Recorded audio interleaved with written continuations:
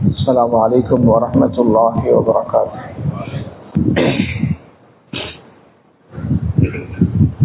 إن الحمد لله نحمده ونستعينه ونستغفره ونؤمن به ونتوكل عليه ونعوذ بالله من شرور أنفسنا ومن سيئات أعمالنا. من يهده الله فلا مضل له ومن يضلله فلا هادي له. أشهد أن لا إله إلا الله وحده لا شريك له، وأشهد أن سيدنا ونبينا ومولانا محمدا عبده ورسوله. اللهم صل على سيدنا محمد وعلى آل سيدنا محمد وبارك وسلم. أما بعد، فقال الله سبحانه وتعالى في القرآن الكريم بعد أعوذ بالله من الشيطان الرجيم. بسم الله الرحمن الرحيم. والذين آمنوا أشد حبا لله. صدق الله العظيم. سبحان ربك رب العزة عما يصفون وسلام على المرسلين والحمد لله رب العالمين.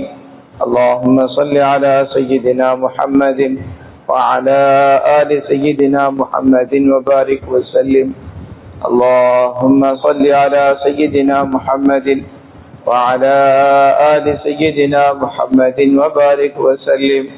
اللهم صل على سيدنا محمد وعلى آل سيدنا محمد وبارك وسلم. சர்வ புகழும் புகழ்ச்சிகளும் ஏக வல்லவன் ஒருவனாகி அல்லாஹ் ரப்பல் இஸ்ஸத் ஜல்ல ஜலாலுஹு அவன் ஒருவனுக்கே உரித்தாகட்டுமாக. ஸலாத்தும் ஸலாமும் சர்தாரே து ஆலம் ஹஜ்ரத் முஹம்மதே முஸ்தபா ஸல்லல்லாஹு அலைஹி வஆலிஹி வஸல்லம் அன்னவர்கள் மீதிலும் அவர்களுடைய அந்த சஹாபாக்கள், தாபிஊன்கள், தபஉ தாபிஈன்கள் மற்றும் கியாமத் வரை வரும் அத்துணை அல்லாஹ்வுடைய நல்லடியார்கள் மீதிலும் உண்டாகட்டுமாக. அன்பு நிறைந்த அல்லாஹுவின் நல்லடியார்களே, அல்லாஹ் ஜல்ல ஜலாலுஹுவின் புறத்திலிருந்து என்னென்ன விடயங்கள் எடுத்து நடக்கும்படி கட்டளையிடப்பட்டுள்ளனவோ அந்த அத்துணை விடயங்களையும் முடிந்த அளவு முழுமையாக எடுத்து நடந்து கொள்ளும்படியும், என்னென்ன விடயங்களை விட்டு விலகி வாழும்படி அவன் விலக்கியிருக்கிறானோ அத்துணை விலக்கல்களை விட்டும் முற்றுமுழுதாக விலகி வாழும்படி முதலில் எனக்கும் அப்பால் உங்களுக்கும் தக்குவாவை கொண்டு வசியத்தை செய்து கொள்கிறேன். அன்பு நிறைந்த அல்லாஹுவின் நல்லடியார்களே, அல்லாஹ் ஜல்ல ஜலாலுஹு அவனுடைய அன்பு, அவனுடைய இரக்கம் என்னையும் உங்களையும் உலகில் மனிதனாக படைக்க முடிவு செய்தான். இது அல்லாஹ்வுடைய விருப்பம்தான். அவன் நாடி இருந்தால் மனிதன் அல்லாத வேறொரு இனமாக, வேறொரு படைப்பாக என்னை உங்களை படைத்திருக்க, சிருஷ்டித்திருக்க அவனுக்கு முழுமையான உரிமை, சுதந்திரம் இருக்கிறது. கனிமணிகளை யாருடைய அபிப்பிராயமும் இதில் தலையீடு செய்யவில்லை. என்னை மனிதனாக, உங்களை மனிதர்களாக படைப்பதற்கு எங்களுடைய பெற்றோர்கள், குடும்பத்தார்கள் என்று யாருடைய அபிப்பிராயத்திற்கும் விருப்பத்திற்கும் வெறுப்பிற்கும் எந்த சம்பந்தமும் கிடையாது. அல்லாஹ் ஜல்ல ஜலாலுஹு அவன் விரும்பி எங்களை மனிதர்களாக தெரிவு செய்து படைத்திருக்கிறான். கனிமணிகளே, மனித வாழ்க்கை உலகில் நடந்து முடிய அல்லாஹ் ஜல்ல ஜலாலுஹு ஒரு நியதியை ஏற்பாடு செய்து வைத்திருக்கிறான். அவன் நாடியிருந்தால் எங்களை இப்படியும் படைத்திருக்கலாம். எப்படி? யாரும் இன்னொருவரின் பக்கம் தேவைப்படாதவராக. அவர் பிறந்தார், அவர் வாழ்ந்தார், அவர் மூத்தாகினார். யாரின் பக்கமும் தேவை வராமல் சுயமாக அவருக்குள்ள எல்லா தேவைகளையும் பூர்த்தி செய்து வாழ்ந்து மரணிக்க ஒரே ஒரு பொறுப்பை மட்டும் தந்து, எனக்கு வழிபடணும், எனக்கு இன்னென்ன இபாதத்தை நேரத்துக்கு செய்யணும் என்ற கடமையை தந்து மனிதர்களை படிச்சு விட்டுட்டு அப்படியெல்லாம் செஞ்சுட்டு வந்தா சொர்க்கம், எல்லாத்தையும் நரகம். எனவே இப்படி ஒரு முடிவு செஞ்சு உலகத்துல அல்லாஹ் என்ன உங்களை வாழ வைக்க அவனுக்கு முழுமையான சக்தி இருக்கிறது. இருந்தாலும் அல்லாஹ் ஜல்ல ஜலாலுஹு உலகத்தில் மனித இனத்தை எப்படி படைத்திருக்கிறார் என்றால், ஏதோ அடிப்படையில் ஒருவர் இன்னொருவரின் பக்கம் எல்லா அமைப்பிலும் உலகத்திற்கு வருவதில் இருந்து ஆரம்பித்து உலகிலிருந்து போகும் பிரயாணம் வரை, கபருக்கு போய் சேரும் வரை அடுத்தவர்களின் பக்கம் தேவைப்பட்டவன் மனிதன். ஏதோ அடிப்படையில் தேவை இருக்கிறது. அவருடைய உறவை அல்லாஹ் இணைத்து பிணைத்து வைத்திருக்கிறான்.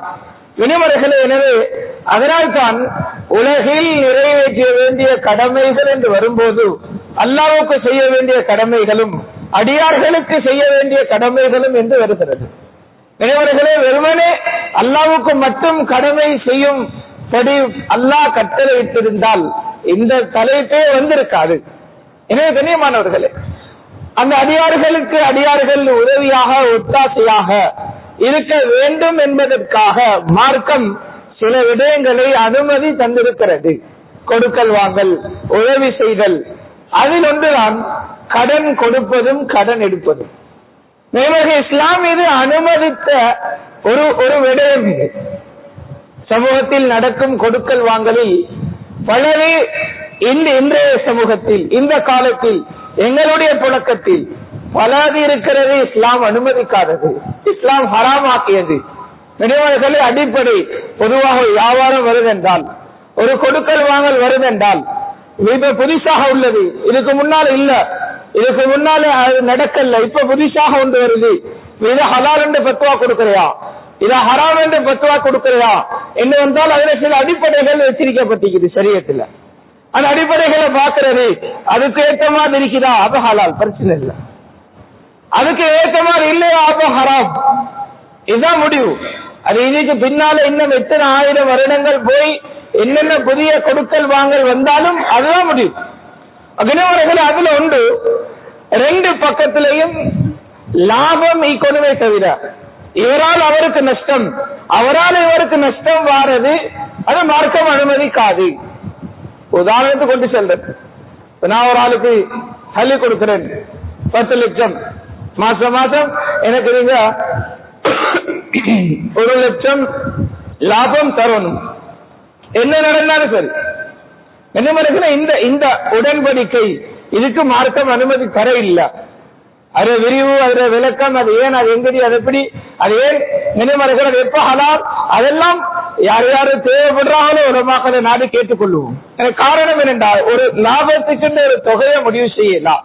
சதவீதம் முடிவு செஞ்சால் நினைமறைகள் லாபம் வரும், கூட வரும், 1 லட்சத்தை விட கூட வரும், 1 லட்சத்தை விட குறை வரும். வினைவர்கள் இந்த வருஷம் இந்த மாசம் வியாபாரம் செஞ்சார், லாபம் கூட வந்திருக்குது. அசல் அவருக்கு 2 லட்சம் லாபம் போய் சேரணும், ஆனா அவருக்கு 1 லட்சம் தான் போய் சேரும். ஏன்னா அவர் 1 லட்சம் தான் கேட்டுக்கிறார். அடுத்த முறை வியாபாரம் செஞ்சார், 50,000 தான் லாபம் கொடுக்கலாம், ஆனா அவர் 1 லட்சம் கேட்டுக்கிறார். அவர் இவருடைய லாபத்திலேயே அவருக்கு 1 லட்சம் கொடுக்க வேண்டி வரும். அதனால இவருக்கும் நஷ்டம் வரப்படாது, அவருக்கும் நஷ்டம் வரப்படாது. 2 பேரும் நஷ்டம் வராம உடன்படிக்கை செஞ்சால் மார்க்கம் அனுமதி தரும். வார லாபத்தை 10 பிரிப்போம், அதுல 5 நான் எடுக்கிறேன், 5 உங்களுக்கு தாரேன், அது எத்தனை ரூபாய் வந்தாலும் சரி, அப்படி உடன்படிக்கை செய்றீங்களா அப்ப மார்க்கம் அனுமதி தரும். உதாரணத்துக்கு கொண்டு சென்றேன். கண்ணியமானவர்களே, பொதுவாக எல்லாத்திலையும் மார்க்கம் பார்க்கிறது, இஸ்லாம் கவனிக்கிறது, 2 பக்கத்திலையும் நியாயம் இருக்கணும். அவ அப்படியே பார்த்துட்டு வந்தா கடன் என்று சொல்றது இஸ்லாம் அனுமதிச்சது. ஆனா இன்னைக்கு என்ன நடந்துச்சு, கடன் என்ற கதை வந்தாலே கதவை மூடுறதுதான். அது பிரச்சனை. குடும்பத்துல வந்தா அந்த குடும்பத்துல பிரச்சனை, நானாட்டமைமாறு கடையில வந்தா நானாட்டமைமாருக்கு பிரச்சனை, 2 பஜார்ல வந்தா பஜார்ல பிரச்சனை. அகலவர்கள் அப்படி பிரச்சனைக்குள்ள வந்தா இஸ்லாம் அனுமதிக்கல. இஸ்லாம் அனுமதி தன்னா அதுல பிரச்சனைக்காது. அது பிரச்சனை பண்றதுக்கு, குடும்பம் பிரியறதுக்கு, நட்பு பிரியறதுக்கு, ஊரு 2 ஆகிறதுக்கு, கடை 2 ஆகிறதுக்கு, நண்பர்கள் எல்லாம் வெட்டு துண்டும் அப்படி ஆகிறதுக்கு இஸ்லாம் அனுமதிக்கல்ல கடனை. அது என்ன நடந்தென்றால், இது எங்க இந்த உடைவு உண்டாகிச்சு, இந்த பிரச்சனை எங்கேயும் ஆரம்பிக்குது, எதனால் இந்த பிரச்சனை என்னவர்கள் அதுல உண்டு. அதுல பல இருக்குது. அதுல ஒன்று நாங்க வாழ்ற காலம் அப்படி, அது எப்படியுமே அந்த காலத்துல அந்த சோதனை ஒன்று வரத்தான் வேணும்.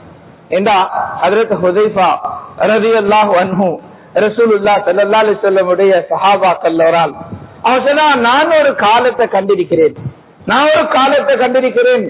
எப்படி காலம் என்றால், ஒரு யகூதியோட கொடுக்கல் வாங்கல் செய்யறதுக்கு எங்களுக்கு பயம் இல்லை. அப்படி ஒரு காலம். முஸ்லிம் என்றா பயமே இல்லை. ஏண்டா அவன் கல்வில உள்ள ஈமான் அவன் அதுல நியாயமா நீதமா நடக்க வைக்கும். ஒரு யகூதின்னா அவன் ஜில்மால் இருந்தாலும் அவன் கூட்டத்தில தலைவர்கிட்ட பயம் அவனுக்கு ஈக்குது. தலைவர்கிட்ட போயிட்டு செல்லுவேன் என்றால் அவன் பயந்து தந்துடுவான். இப்படி ஒரு காலத்தை நாம் கண்டிக்கிறோம். பின்னால செல்லம் வஃபாத்தாகி சில வருடங்கள் கழிந்து இப்ப நான் வாழ்ற காலம் இருக்கிறேன் சொல்றாங்க. அவர் ஹயாத்தோடு இருக்கிற காலத்தை சொல்றாங்க, சாபியூன்கிற காலத்தை சொல்றாங்க. இந்த காலம் பஜார்ல கை காட்டி 2 பேர் 3 பேர் செல்லலாம், இவங்களை தவிர வேற யாரோடையும் கொடுக்க வாங்கல் செய்யப்படாது.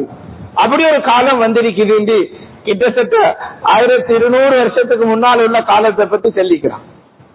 அப்ப நானும் நீங்களும் வாழ்ற காலம் சொன்னாங்க, அவ்வளவு மாத்தும் மின் ஹாதிஹில் உம்மத்தி அல் அமானா, என்னுடைய உம்மத்திலிருந்து கியாமத்துக்கு நெருக்கமாக வார காலம் நலவுகள் இல்லாமல் போகும். அதுல முதலாவது இல்லாம போற நலவு இந்த அமானிதம் தோன்றதுன்னு சொன்னாங்க. அந்த பழக்கம் இல்லாம கண்ணியமானவர்களே, அப்ப அது ஒரு அடிப்படையான காரணம். இருந்தாலும் கடன் வார நேரம் அதுல அதிகமாக கடன் கொடுக்கிற எடுக்கிற எங்களிடத்துல சமூகத்துல எல்லாரும் நீக்கிறோம். வாழ்க்கையில சின்னனோ பெருசோ ஏதோ ஒரு அமைப்புல கடனோட சம்பந்தப்பட்டாக இருக்கிறோம். இளைஞர்களே, மார்க்கம் கடனுக்கு அனுமதி தந்திருக்குது என்ற செய்தியை மட்டும் எங்களுக்கு தெரியுமே தவிர எப்படி கடன் எடுக்கணும், எப்படி கடன் கொடுக்கணும், கடன் எடுத்தாலுக்கு மார்க்கம் என்ன சொல்லிக்கி, கடன் கொடுத்தாலுக்கு மார்க்கம் என்ன வழிகாட்டல் சொல்லிருக்கி, அதை நாம படிக்கிறோம் இல்லை, அது தெரியவும் மாட்டேன். அதனால நான் விரைவர்களே கடன் எடுக்கிற கொடுக்கிறதுல மார்க்கம் அனுமதி தந்த கதை தெரியும் தான், ஆனால் அதுக்கு பிறகு என்ன இருக்குது என்னது தெரியாது. அதுதான் அடிப்படை. இன்றைக்கு விரைவர்களே கடன் பிரச்சனைக்குள்ள சாமான மாறி இருக்கிறது. அதை முதலாவது கண்ணியமானர்களே, எதுக்காக கடன் போடணும் என்றதை நாங்க எல்லாரும் விளங்கணும். எதுக்காக கடன் போடுறது? சும்மா உள்ள எல்லாத்துக்கும் கடன் எடுக்கிறது இல்ல. என்ற பெரியார்கள், சஹாபாக்கள், அது பின்னால வந்த இமாம்கள், தாபிஊன்கள் ரொம்ப இதுல கவனமாக இருந்தாங்க. உமர் இப்னு அப்துல் அசீஸ் ரஹ்மத்துல்லாஹி அலைஹிட காலம் ஜனாதிபதி இருக்கிறார். அவன் அமைச்சர்கள் ஒரு ஆள்.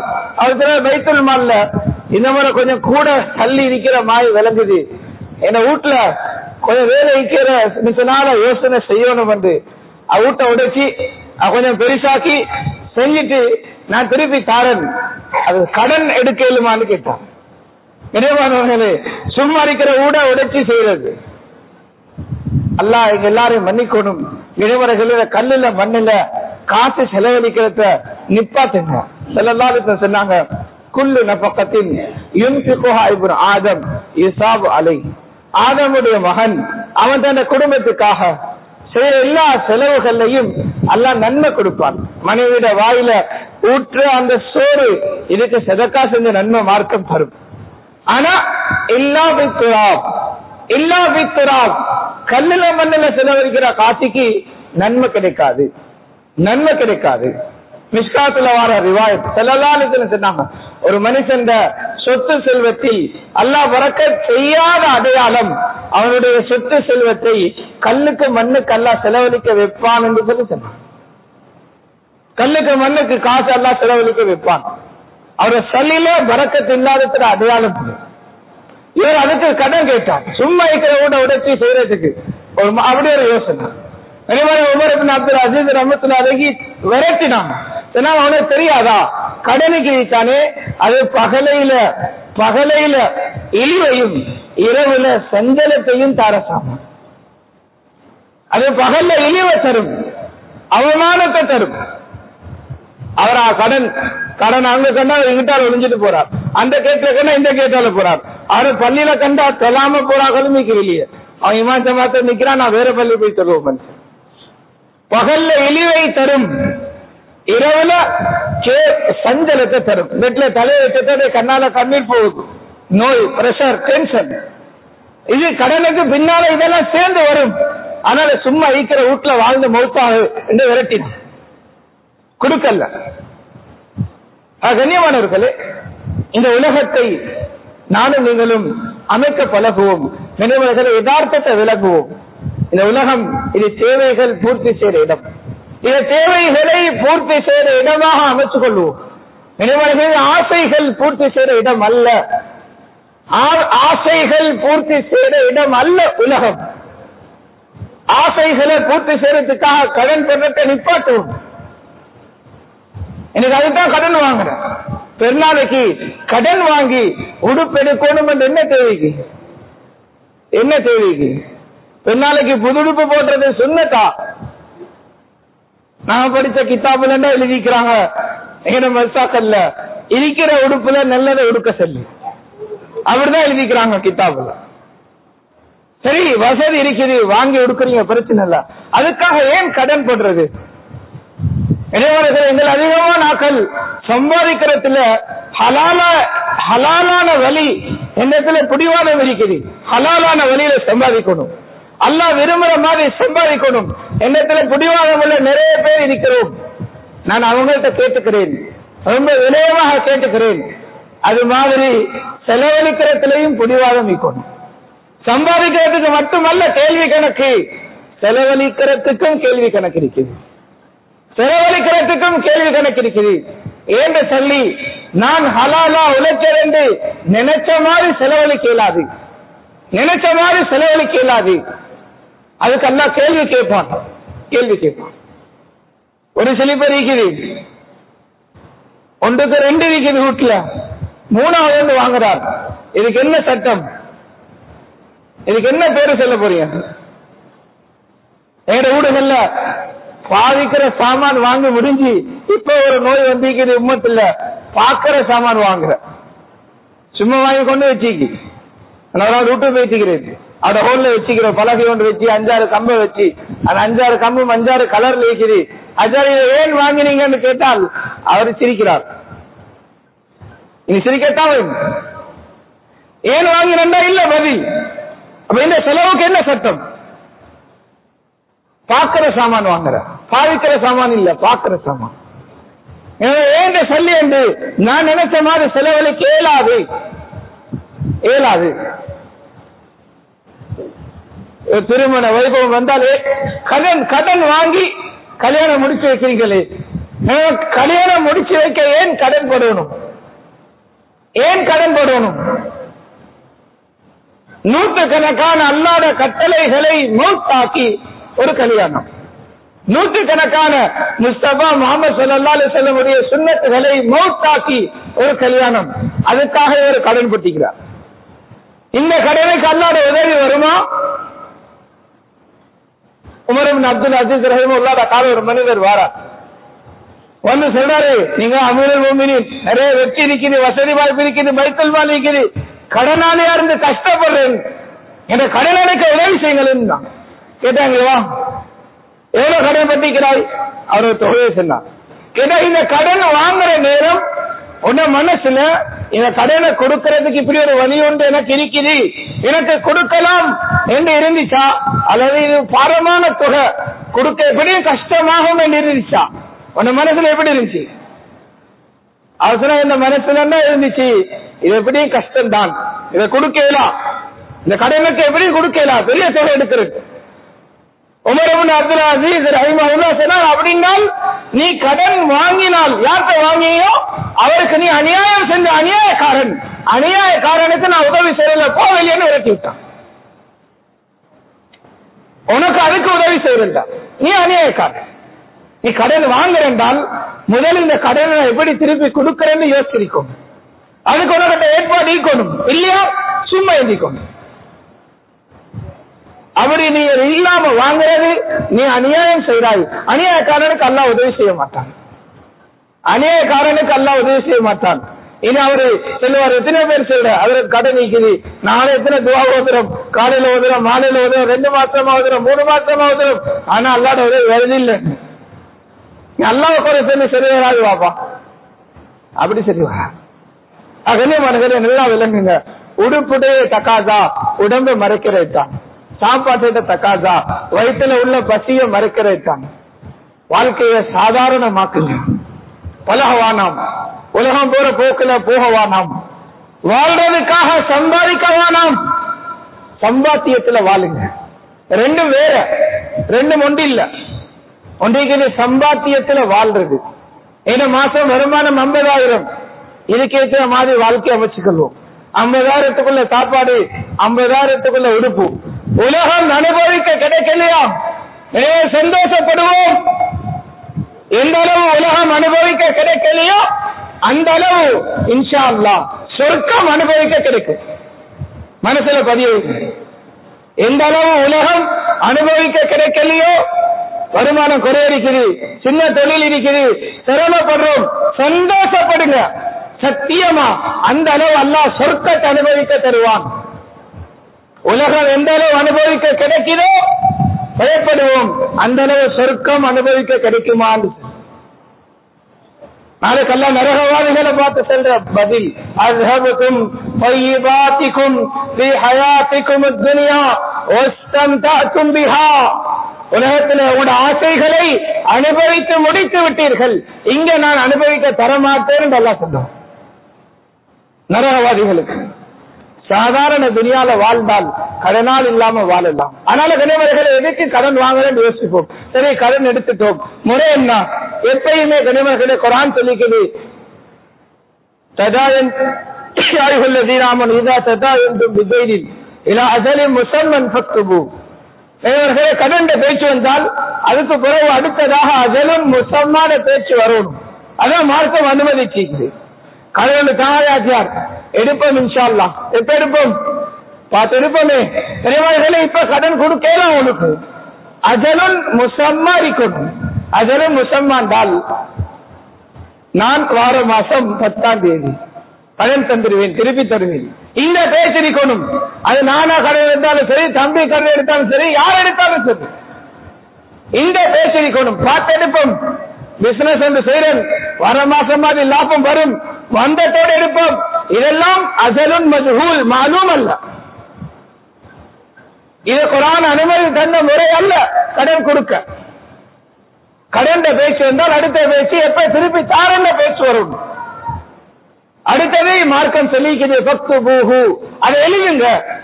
இந்த ஆயத்துக்கு கீழால மஆரிஃபுல் குர்ஆன்ல முஃப்தி ஷஃபீ சாஹிப் ரஹ்மத்துல்லாஹி அலைஹி சொல்றாங்க, அசல்ல குர்ஆன் இறங்கின காலம் சஹாபாக்களோட காலம். 100 பேர் இருந்தா ஒரு ஆளுக்கு தான் எழுத தெரியும். இந்த காலத்துல இறங்கின குர்ஆன் அந்த சஹாபாக்களை பார்த்து சொல்லுது, கடன் கொடுத்தா எழுதுங்க சொல்லு. அப்ப எனக்கும் அவனுக்கும் யோசிச்சு பாருங்கள். அந்த சஹாபாக்கள் சொல்லுது, 100 பேர் கடன் கொடுத்தா சொன்ன 2 பேர் தான் இருந்து ஆளுக்கு 50 பேர் கடனை எழுத வேண்டி வரும் சஹாபாக்களோட காலம்.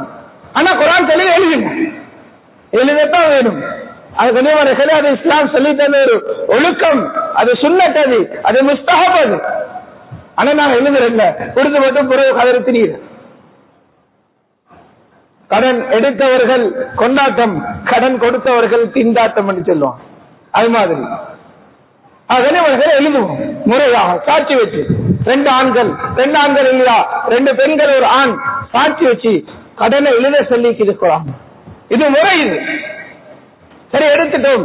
10ஆம் தேதி தாரண்டு வாக்கு சொல்லிட்டோம். 10ஆம் தேதி திருப்பி கொடுக்க கிடைக்கல, ஏற்பாடாகல. 9ஆம் தேதியே கடன் தந்தால்கிட்ட போயிட்டு, ஐயா நான் கடன் எடுத்தேன் 10,000, 10ஆம் தேதி நாளைக்கு தாரண்டு சொன்னேன். உண்மையில எனக்கு இப்படி ஒரு சல்லி வர இருந்துச்சு, இதை வச்சு தாரண்டு சொன்னேன். அது 2 நாள் லேட் ஆகுது, அது ஒரு 3 நாள் லேட் ஆகுது, எனக்கு ஒரு 5 நாள் டைம் தான். 15ஆம் தேதி உட 10ஆம் தேதி சொல்லிய நான் கொண்டு தந்துடுவேன். இதான் முறை. 10ஆம் தேதி காலையில கோல் எடுத்த போறான்னு தெரியல, வீட்டு போனா கய முடிக்குது. பெரியவர்களே, இது கள்ளத்தனம், இது அல்ல முறை. சரி, இந்த நேரத்துல கடன் கொடுத்தா நிற்கிறாரு, அவருக்கு மார்க்கம் வழிகாட்டுது. தெரியுமா? அவருக்கு நீங்க அவகாசம் கொடுங்க. சரி, பிரச்சனை இல்லை, 15 எடுத்து வாங்கல, அவகாசம் கொடுங்க. சரி, நீங்க அவகாசம் சும்மா கொடுங்கன்னு சொல்லல, உங்களோட சொல்லிதான். நீங்க கொடுத்த அவகாசத்துக்கு அல்லாஹ் என்ன தருவான்னு தெரியுமா? ஸல்லல்லாஹு சொன்னாங்க, 1ஆம் தேதி கடன் வாங்கிக்கிறார் 10,000, 10ஆம் தேதி தாரண்டு, அந்த 10 நாளும் ஒவ்வொரு 10,000 சதகா செஞ்ச நன்மை அல்லாஹ் எழுதுவான். 10ஆம் தேதி அவகாசம் கேட்கிறார், 15ஆம் தேதி தாரன், சல்லி ஏற்பாடு இல்லாம போயிட்டு 5 நாள் அவகாசம் தான், சரி ஒரு மன்னிச்சு அவகாசம் கொடுக்கிறார். சொன்னாங்க அண்டையில இருந்து அந்த 5 நாளுக்கும் ஸ்பெஷல் ஆஃபர் 20,000 சதக்கா செஞ்ச நன்மை எழுதுவோம், டபுள் மடங்கு கொடுக்கிற அவகாசம். நீங்க கொடுத்த தொகை கடன்ல 2 மடங்கு சதக்கா செஞ்ச நன்மை எழுதுவான். இது எப்பென்றால் கடன் எடுத்தால் உண்மை சொன்னான், அவன் உண்மையிலேயே வசதி இருக்கு, செமிலியை கூட்டிட்டு ட்ரிப் போறான், சில பேர் ஹஜ்ஜுக்கும் போறான், ஆனா கடன் தரல. இன்னும் ஹஜ்ஜி போயிட்டாராம், ஆனா கடன் தரல, சதக்கா செய்றார், பள்ளிக்கு குடுத்திருக்கார், போட்டுக்கு முதலாவது பேரு, ஆனா என்ன கடன் தரல. இப்ப மார்க்கம் சொல்லுது அதோட பாசல சொல்லுண்டா அவன மானபங்கம் படுத்துறதே ஹலால் மார்க்கம் சொல்லி. ஏன்னா இவன் கல்லன் காரணவார கல்லன், ஜெயில இருக்கிற கல்லன் இல்ல, சபையில முன்னுக்கிற கல்லன், இவனை மானபங்கப்படுத்துறது ஹலால் மார்க்கம் சொல்லி. அப்படின்னா அவன கடனை யார்கிட்ட சொல்லி இவன் கடன் எடுத்தான், கடன் தரணும் தராம இருக்கிறான் என்று அதை செல்ல வேண்டிய ஆகத்த முறையாக சொல்லி கடனை கலட்டி எடுக்க மார்க்கம் அனுமதி தந்திக்கு இதை மானம் வைக்கிறது. அப்படி ஆகுதுன்னு அவன் தான் அப்படி யோசிக்கல, பிறகு ஏன் நான் யோசிக்கணும்.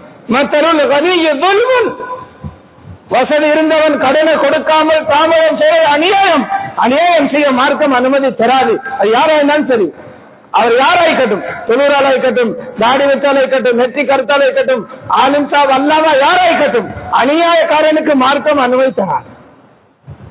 அவனோட மானத்தை பாதுகாக்க எங்களுக்கு இடம் இல்லை.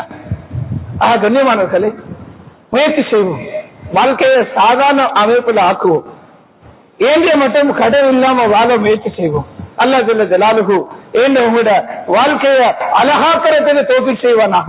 வீட்டுல அதை பழக்குவோம், என் மனைவி பிள்ளைய சாதாரண வாழ்க்கைக்கு பழக்குவோம், சாதாரண வாழ்க்கைக்கு, சாப்பாட்டுல உடுப்புல எல்லாத்துலயும் சாதாரண வாழ்க்கை. ஒவ்வொரு தினமும் பக்கத்துல இருந்து வெளியே எடுத்து சல்லி கொடுக்கிற நேரம் எல்லாம் யோசிங்க, இந்த சல்லிக்கு நாளைக்கு அல்லாஹ் கேள்வி கேட்பான். எல்லாத்துலயும் பழக்குங்க கண்ணியமான, சாதாரண வாழ்க்கைக்கு பழக்குங்க. உதவி செய்யும் ஆகரத்துக்கு உதவி செய்யும், பிள்ளைகளுக்கு உதவி செய்யும், இந்த பிள்ளைகளோட வாழ்க்கைக்கு உதவி செய்யும். எல்லாத்திலையும் அதை பழக்கினா கடன் இல்லாம வாழலாம்.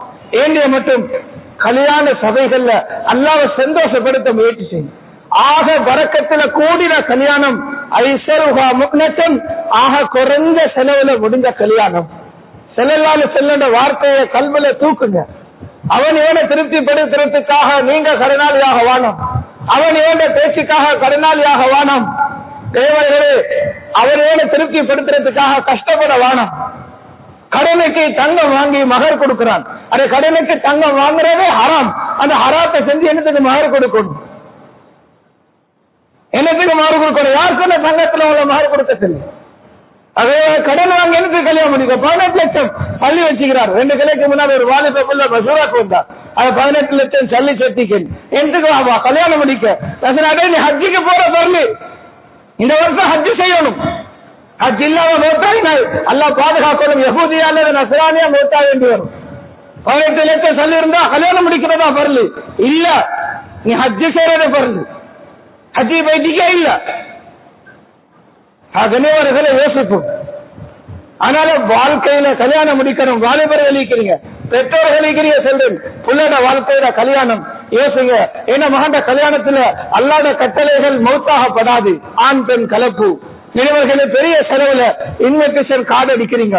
இன்விடேஷன் கார்டு அடிக்கிறது சுன்னத்து கிடையாது. அதுக்கு நீங்க செலவழிக்கிற சல்லிக்கு நன்மையும் கிடைக்காது. அது சும்மா கடல்ல கரைக்கிற காசு, நன்மை கிடைக்காது. அதுக்கு என்ன நன்மைக்கு? பெரிய தொகையில் அதுக்கு செலவழிக்கிறீங்க. சும்மா லைட் எல்லாம் பலூன் எல்லாம் காட்டுறான். கிறிஸ்துமஸ் நேரம் ஒரு கிறிஸ்டியன் செய்த பாக்குற மாதிரி கல்யாணம் விட்டு கல்யாணங்களே ஏன் இந்த செலவுக்கெல்லாம் நாளை கல்யாணத்தை கேட்பான் என்ற அந்த உணர்வு ஏன் செத்து போனுச்சு உள்ளங்கள்ல? அல்லாஹ் ரஹ்மத் செய்வாங்க. சாதாரண அமைப்பை ஆக்குங்க கனிமனை. ஒன்று வேணாம், இதை மட்டும் மனசுக்கு எடுங்க. என் அல்லாஹ்ட்ட நான் திரும்பி போகிறேன், அவன் என்கிட்ட கேள்வி கணக்கு கேட்கிறான், அவனை சந்தோஷப்படுத்திட்டு நான் மௌத்தாகணும். இதை மட்டும் மனசுல பதிய வச்சா நான் செல்ற வாழ்க்கை லேசாகிடும். அல்லாஹ் வாழ்றதுக்கு எனக்கும் உங்களுக்கும் தௌஃபீக் செய்வானாக. யாழ் எங்கட பாவங்களை மன்னிப்பாயாக, இறுதி முடிவை அழகாக்குவாயாக. கொஞ்சம் துனியாவின் மீது பொருந்தி கொண்ட கல்வை தருவாயாக. யாழ் உலகத்தை பெருசாக்கிற ஆசைகளை கல்போட்டு இல்லாமாக்குவாயாக. கடன் இல்லாத மௌத்தை நசீபாக்குவாயாக, கடன் இல்லாத மௌத்தை நசீபாக்குவாயாக, கடன் இல்லாத மௌத்தை நசீபாக்குவாயாக. இறுதி முடிவு